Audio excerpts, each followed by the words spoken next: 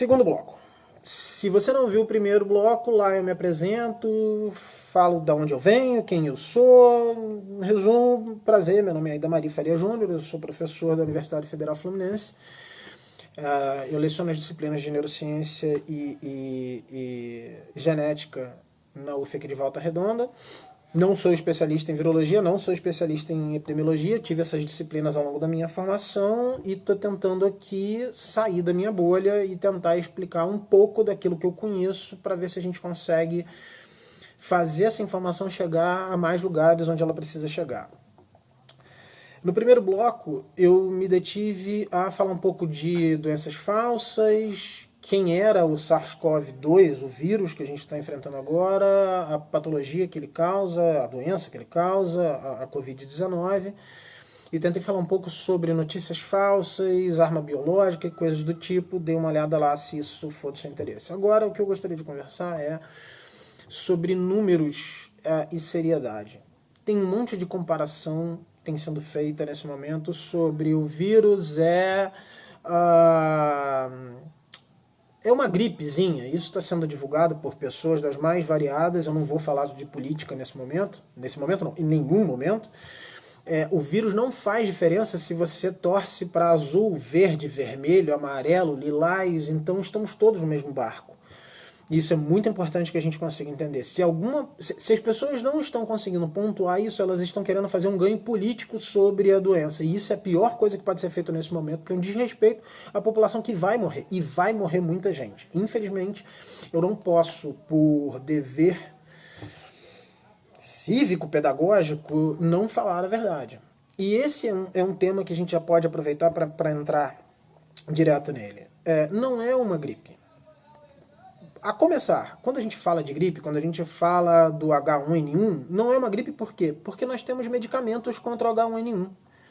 Nós temos medicamentos que são capazes de lidar, e mais além, vou até dar um passo, mais importante até do que medicamento, nós temos vacinas.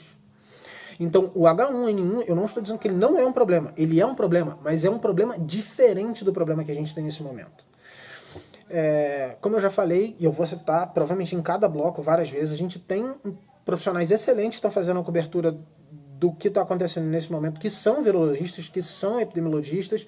Vou divulgar o trabalho que o Átila está fazendo, procure aí o Átila e a Marina, ele está Instagram, YouTube, tudo. Ele está trabalhando, ele está em todos os podcasts da Podosfera nesse momento, é só você catar que você vai encontrar o trabalho dele, que é excelente.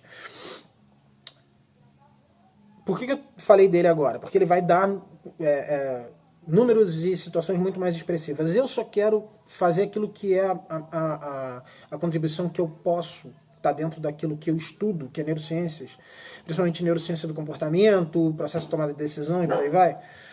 A lógica básica é que nós não estamos acostumados a pensar matematicamente quando nós lidamos na casa dos milhares. A gente tem uma capacidade razoável para entender até centenas, mas quando passa disso a coisa complica muito. Então, quando eu viro e falo que o vírus, o SARS-CoV-2 especificamente, ou que a doença, o Covid-19, tem uma letalidade de... E aí essa letalidade vai ser tão variada que a gente vai trabalhar com uma letalidade entre 2% e 3%. Essa letalidade não é a letalidade do vírus. Por quê? Porque há uma série de fatores que influenciam a determinação de como que eu calculo a letalidade. A letalidade vai ter, além de tudo, faixa etária específica. Então eu estou usando esse valor aqui simplesmente como uma orientação. Se você pegar trabalhos diferentes, você vai encontrar diferentes taxas de letalidade. Mas vamos trabalhar com essa. De 2% a 3% está de excelente tamanho. Quando a gente lida com 100 pessoas, a gente está falando que 2 ou 3 vão morrer.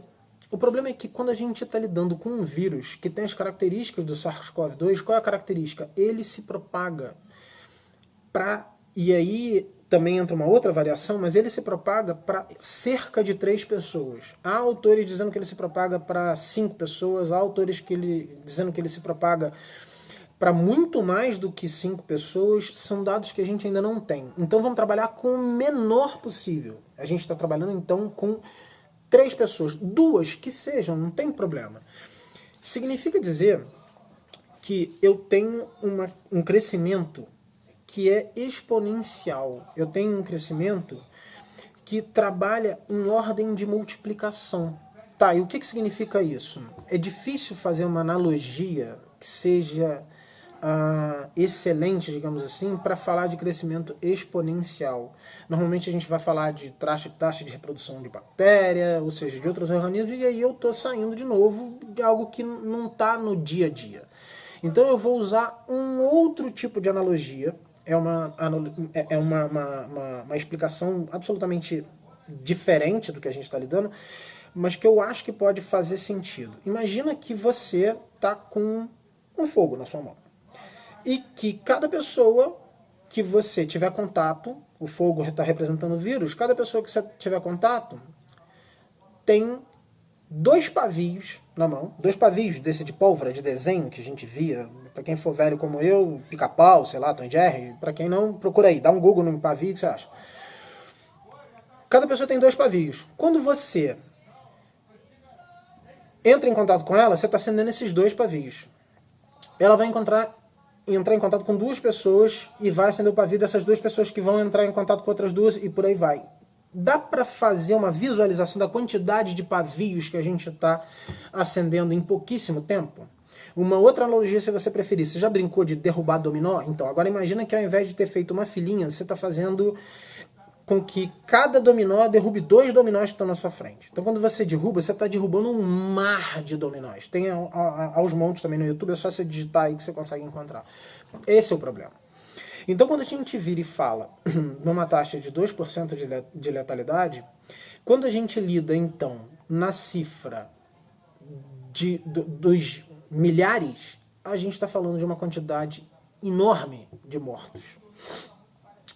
Considerando a capacidade de infecção do vírus, a gente está falando de muitos mortos. Então, quando eu tenho 1 milhão de mortos, a gente vai ter... Perdão, 1 milhão de infectados, a gente tem 10 mil mortos em potenciais com 1%. Então, a gente está falando em 20 mil mortos ao atingir esses 2 milhões. Mas isso tem outros problemas, porque até aí muitas pessoas podem estar falando, beleza, vai morrer, e aí?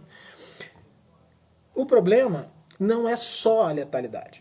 O problema é que esse vírus, para cerca de 80% das pessoas, ele não vai trazer grandes consequências. Há uma variação de faixa etária, posso comentar isso daqui a pouco, mas o fato é que esse vírus, ele traz complicações para cerca de 20% das pessoas. Esse percentual também é variável, a gente tem os dados da China no primeiro momento.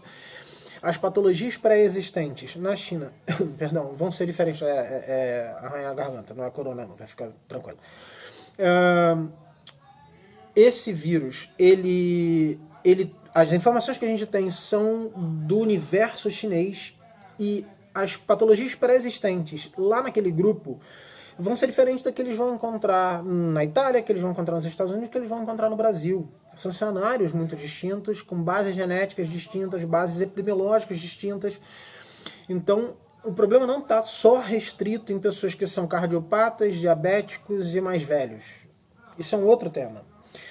O que eu quero falar agora é que vamos trabalhar com 20%. Não precisa ser 20%. Vamos trabalhar com 10%, que é provavelmente um número bem baixo do número de casos que vão ser mais graves e que, portanto, precisam de hospitalização. Se a gente chegar à marca de 1 milhão de pessoas, a gente está falando de 100 mil pessoas precisando de hospital. E isso está sendo recorrente na mídia e me parece que as pessoas ainda não conseguiram exatamente cair a ficha.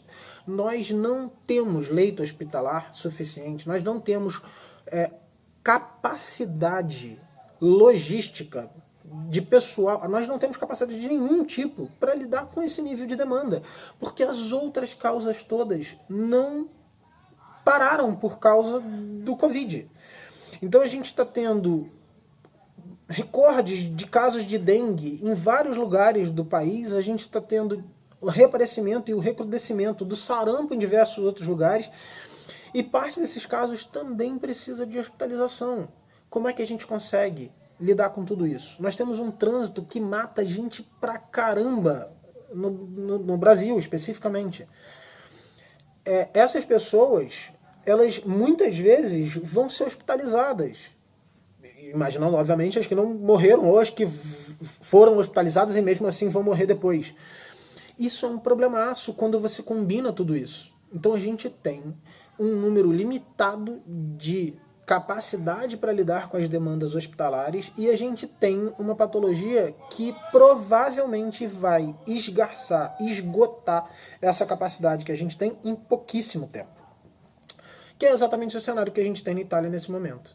E por que a gente tem isso na Itália? Então vou falar do Átila de novo. Vejam os vídeos que ele publicou, porque ele fala exatamente de uma escala de tempo muito mais precisa do que eu vou falar agora.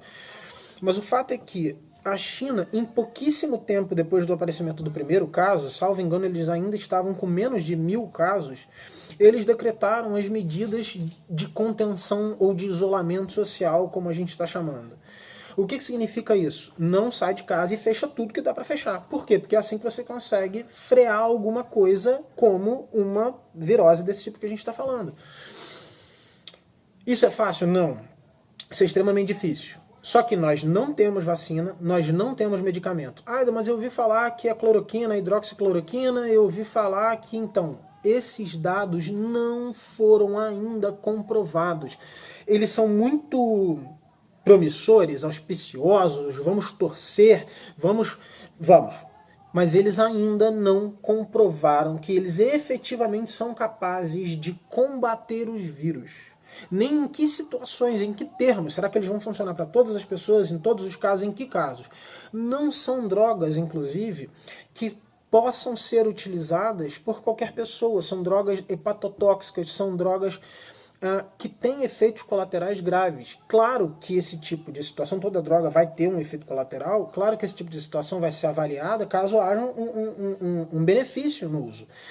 Mas há uma irresponsabilidade muito grande que está sendo utilizada como arma política, ou qualquer que seja o nome que você queira dar,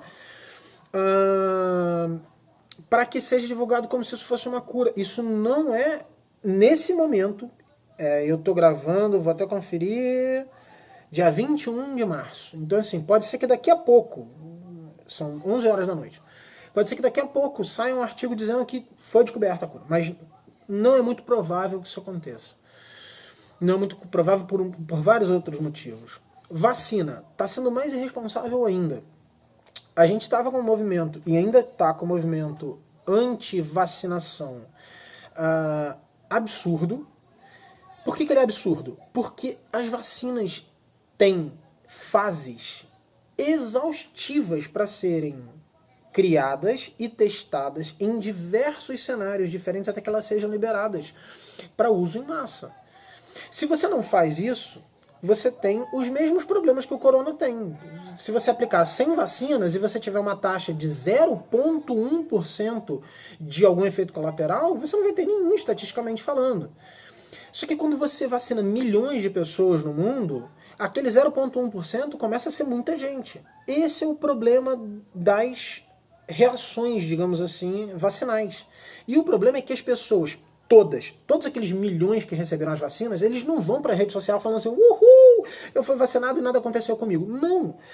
O que acontece é que a gente tem um viés de confirmação das pessoas que tiveram algum tipo de efeito vacinal e elas vêm à mídia para fazer uma enorme propaganda da reação de efeito colateral que ela teve por conta da vacinação. A gente não pode permitir que uma vacina, e fazer uma vacina, vocês podem imaginar que não é um passeio no parque, a gente não pode permitir que uma vacina seja liberada antes de todas as confirmações, de todos os testes, de todas as etapas corretamente estabelecidas.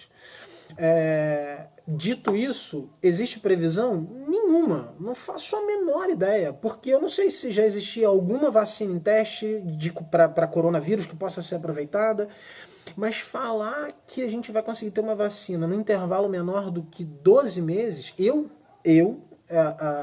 que não sou especialista em virologia, nem epidêmio, muito menos na produção de vacina, diria que a gente precisaria de algo em torno de 18 meses. Mas eu já vi gente muito mais qualificada do que eu falando em 12. Então esse intervalo aí, e todos eles falam que seria um cenário que nunca aconteceu antes, essa velocidade, essa celeridade toda.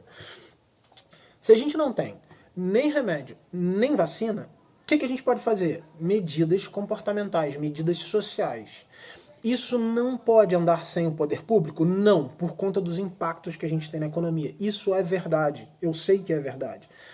O problema é que as pessoas estão pensando no impacto, e isso é um outro problema neurocomportamental, é um outro problema cognitivo que a gente tem, que é avaliar o curto prazo ao invés do médio e longo prazo. Então, quando você se programa, vou dar uma analogia muito bizarra, você se programa para fazer, sei lá, uma dieta e você quer deixar de comer aquele docinho que está ali na sua frente, pensando nos quilos que você vai perder lá na frente, no benefício que aquilo vai trazer para a sua saúde lá na frente, em geral você acaba optando pelo docinho que está na sua frente, porque é um ganho, é uma recompensa muito imediata.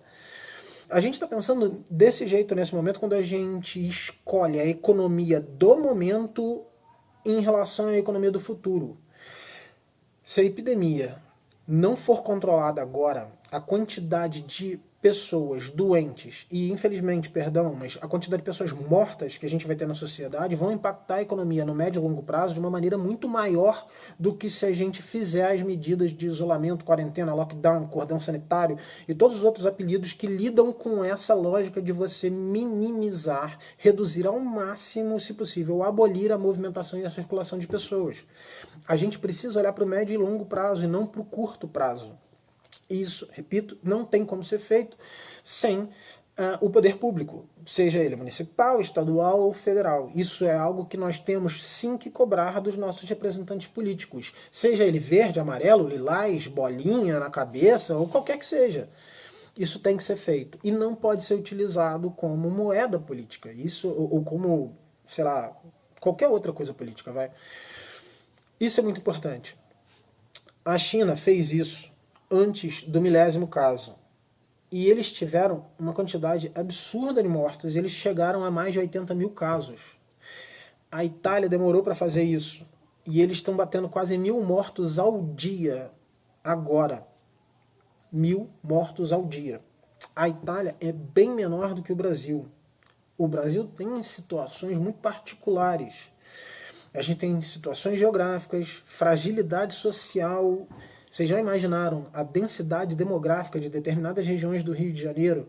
A gente fala para as pessoas se manterem afastadas umas das outras. E as pessoas que não podem fazer isso? Então, nesse momento, você está falando, pô, mas se tem gente que não pode, como é que a gente faz? Então, cabe a quem pode fazer pelas pessoas que não podem. É essa a realidade. Assim, essa virose, ela demanda isso da gente, de fato. A chance de eu, especificamente indivíduo, ou Aidamari, ser infectado e ter uma complicação severa que me leve ao hospital é relativamente pequena. Mas por que eu tenho que ter essas ações? Por que eu tenho que fazer essas ações? Porque eu tenho que cuidar dos meus pais, eu tenho que cuidar dos meus sogros, eu tenho que me cuidar, eu tenho que cuidar de todas as pessoas que eu não sei, porque elas não têm placa andando na rua dizendo, eu sou imunodeprimido, eu acabei de fazer uma cirurgia, eu faço quimioterapia, eu tenho uma doença pré-existente grave. Eu não posso colocar as pessoas que estão à minha volta em risco, e a gente precisa pensar nisso. Então há uma série de componentes sociais que eu tenho certeza que tornam muito difícil esse isolamento social para um grupo de pessoas, mas para um outro é menos difícil. Esse grupo tem que tomar a frente desse isolamento social. Em algum momento todos nós vamos ter que fazer isso em maior ou menor grau, porque é a única forma de controlar a expansão do vírus, a quantidade de infectados e a quantidade de pessoas que vão morrer, infelizmente. Dito tudo isso, por que a gente continua vendo a evolução de mortos na Itália? Por que a gente continua vendo a evolução em outros países? A Espanha está começando a aumentar pra caramba a quantidade de casos. A gente está, em relação aos Estados Unidos, umas 2 semanas atrás deles, eles vão começar com uma quantidade maior de mortos, provavelmente antes da gente, provavelmente, porque, de novo, repito, as realidades sociogeográficas são diferentes. A gente está vendo isso tudo acontecer agora porque a gente ainda está no começo da epidemia. O que significa dizer que vai piorar e vai piorar muito. Então é por isso que eu decidi, mesmo achando que já há informação demais sendo veiculada sobre o SARS-CoV-2 e o Covid, eu resolvi produzir mais informação, na tentativa de tentar conseguir atingir pessoas que eu ainda não tinha conseguido atingir no trabalho de formiguinha, das pessoas que me perguntaram, e mais do que isso, porque me parece que efetivamente há essa demanda. Eu vou encerrar por aqui, já está enorme, eu vou dividir isso em blocos. Eu tenho mais algumas coisas para falar, mas elas são um pouco mais técnicas, e eu não queria exatamente ficar fazendo, sei lá, eu não quero um diálogo acadêmico aqui, e eu já acho que eu fui até demasiadamente acadêmico. Então, os canais onde eu vou disponibilizar esse vídeo, eles vão estar abertos para dúvidas. Eu imagino que há muitos lugares para vocês tirarem. A minha sugestão é tirem em lugares confiáveis, com fontes confiáveis, com pessoas que saibam minimamente o que estão falando. A gente está tendo muita divulgação. Eu vou repetir, eu falei isso no primeiro vídeo da primeira parte, eu vou repetir aqui rapidamente. Notícia falsa dá dinheiro. As pessoas recebem por isso, recebem pelas visitas no site, recebem por um monte de coisa. Então, cuidado com as notícias que vocês vão divulgar. Então, os canais onde esse vídeo estiver vão estar abertos para isso. O site da Liga de Neurociência, a Liga Interdisciplinar de Neurociência da UF, aqui de Volta Redonda, vai estar disposta para isso. A gente tem um grupo de alunos incrível. E inclusive a responsabilidade por eu estar fazendo isso daqui é deles. Eu não sou muito dado a esse tipo de exposição, eu adoro dar aula, mas ferramentas sociais têm sido muito mal utilizadas ultimamente, e eu preferi me afastar já há algum tempo, mas me disponho a, mais uma vez, auxiliá-los, orientá-los tecnicamente e falar mais com vocês. Mandem suas dúvidas, estou aberto. Isolamento social, medidas de higiene e saneamento, lavem as mãos, não toquem os olhos. Eu devo ter tocado os meus aqui, mas eu estou em casa, já lavei a minha mão até gastar pele. Evitem isso. Eu vou fazer depois um vídeo sobre uso de máscaras e coisas do gênero. Isso não é exatamente pacificado, então por isso que eu não quis incluir aqui agora. E diminuam a exposição na medida do possível, ao mínimo possível, só o essencialmente necessário. Protejam as pessoas que precisam de proteção. Protejam as pessoas que precisam de proteção. Beleza? Um abraço.